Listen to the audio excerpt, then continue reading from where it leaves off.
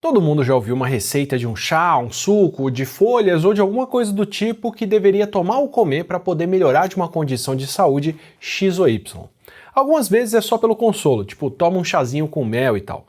Mas tem outras onde a base para o uso medicinal de plantas não só funciona, como é mais do que milenar.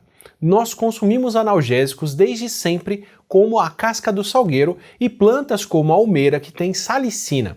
E essa prática é pré-humana e já acontece há bem mais tempo do que nós existimos.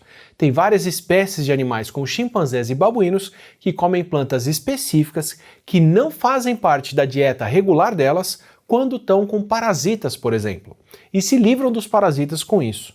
E são bem mais capazes do que isso, ao ponto de se especular, por exemplo, se os muriquis, ou melhor, as muriquis, conseguem controlar a fertilidade de acordo com as plantas que consomem, controlando até quando conseguem ter filhotes. E mesmo entre humanos, os registros que nós temos do consumo de plantas para uso medicinal é bastante antigo. Tem, por exemplo, dentes de neandertais de 49 mil anos atrás encontrados na caverna de Sidron, que deram duas pistas do quanto antigos. Eles tinham cálculo dental, que é aquele tártaro bravo que causa infecções, mas também tinham vestígios nesses dentes de milefólio e camomila, que são plantas que não têm valor nutritivo, mas têm propriedades medicinais.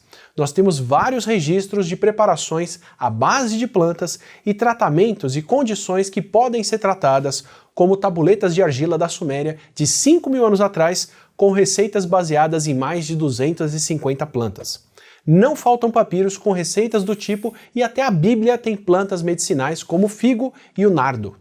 Mas se medicamentos são tão antigos assim, como e por que as plantas têm esses tipos de princípios ativos? Como que uma planta pode ter um composto que faz efeito no nosso cérebro, ou nos nossos músculos, ou até no nosso estômago, se elas não têm esses órgãos? A questão é que as plantas podem não ter, mas quem come e quem poliniza elas tem. E como não podem sair do lugar para evitar ou para buscar os animais com os quais interagem, as plantas controlam essas interações com o que elas sabem fazer de melhor: metabólitos secundários. O nome parece complicado, mas é bem simples. Metabólito primário é aquele do metabolismo que cuida do básico, como respiração, fotossíntese, produção de açúcares e por aí vai. O metabolismo secundário é aquele que cuida de funções mais secundárias, que não necessariamente são essenciais, mas também podem ser muito importantes. As plantas são verdadeiros reatores biológicos que passam o tempo todo produzindo um monte de substâncias que muitas vezes nem têm uma função dentro delas, mas fazem toda a diferença para quem tenta comer essas plantas.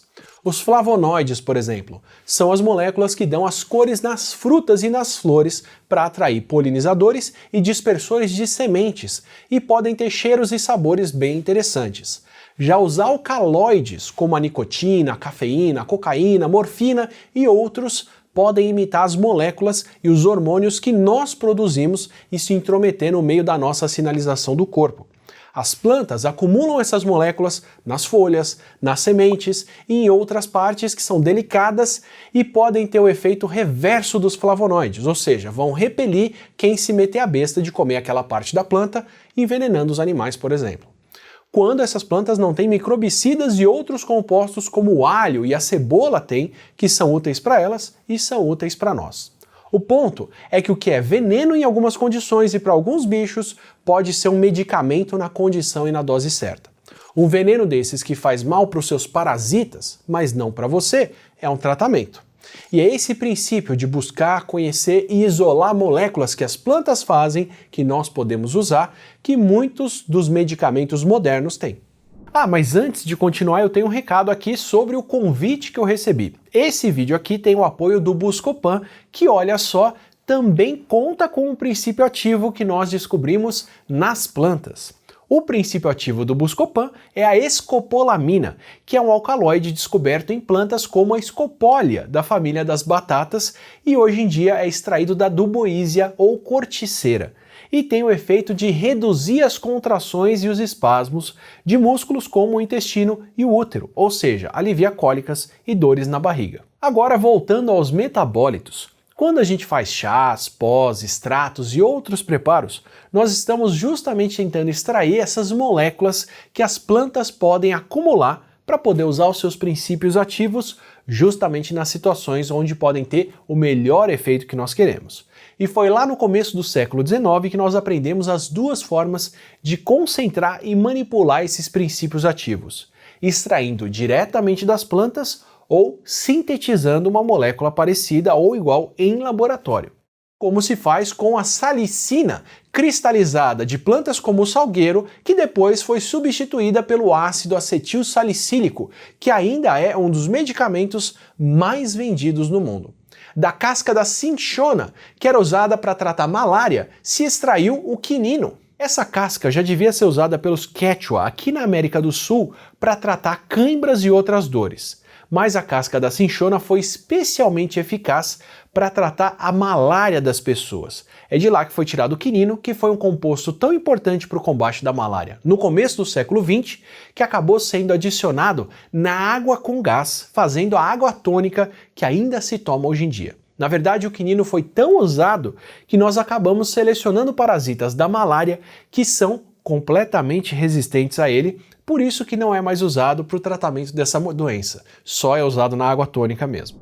Anestésicos e analgésicos como a morfina também foram extraídos de plantas. A vinblastina, que é uma molécula feita por uma plantinha de Madagascar com uma flor rosa, provavelmente é tóxica para quem come, mas a sua toxicidade controlada faz dela um medicamento para o tratamento do câncer, um dos quimioterápicos que são extraídos das plantas. A digoxina é uma molécula extraída da dedeira que interfere nos batimentos cardíacos e é usada para controlar arritmias. Até a pílula contraceptiva só se tornou economicamente viável com a descoberta de uma molécula de um tipo de inhame que pode ser purificada e transformada no hormônio progesterona. A alternativa antes era extrair esse hormônio de fontes animais, como xixi de éguas, o que era muito mais trabalhoso e muito mais caro do que processar uma planta que foi encontrada no México. Por volta de 1/4 dos medicamentos que eram usados no começo dos anos 2000 eram de origem vegetal. E muitos outros compostos ainda podem ser estudados, porque assim como as plantas têm esses compostos que nós conhecemos, elas podem ter muitos outros que nós ainda não descobrimos. E nós temos a farmacopeia popular e a etnobotânica, que são áreas do conhecimento que contam com o conhecimento de comunidades sobre quais são as plantas que podem ser usadas para tratar quais condições que elas passam. E aqui no Brasil nós temos os dois. Um dos maiores focos de biodiversidade do mundo, como já explicamos em outro vídeo, e temos dezenas de culturas indígenas que convivem há milênios com essa biodiversidade e têm os seus costumes e tratamentos que usam essas plantas. Ou seja, desmatar, invadir terras indígenas e eliminar línguas e culturas, como fazemos aqui há séculos, é perder o que poderia ser a fonte de moléculas e o conhecimento sobre muitas novas terapias. Cuidar do meio ambiente também é investir na nossa saúde direta e indiretamente. Agora, se você quer investir mais no seu conhecimento, sem investir muito, só um pouco do seu tempo, aproveita, se inscreve aqui no canal, assim você recebe os próximos vídeos, recebe também os próximos Não Ficção, que é o nosso MesaCast, entrevistando especialistas, falando de ciência no dia a dia, e a gente se vê num desses vídeos.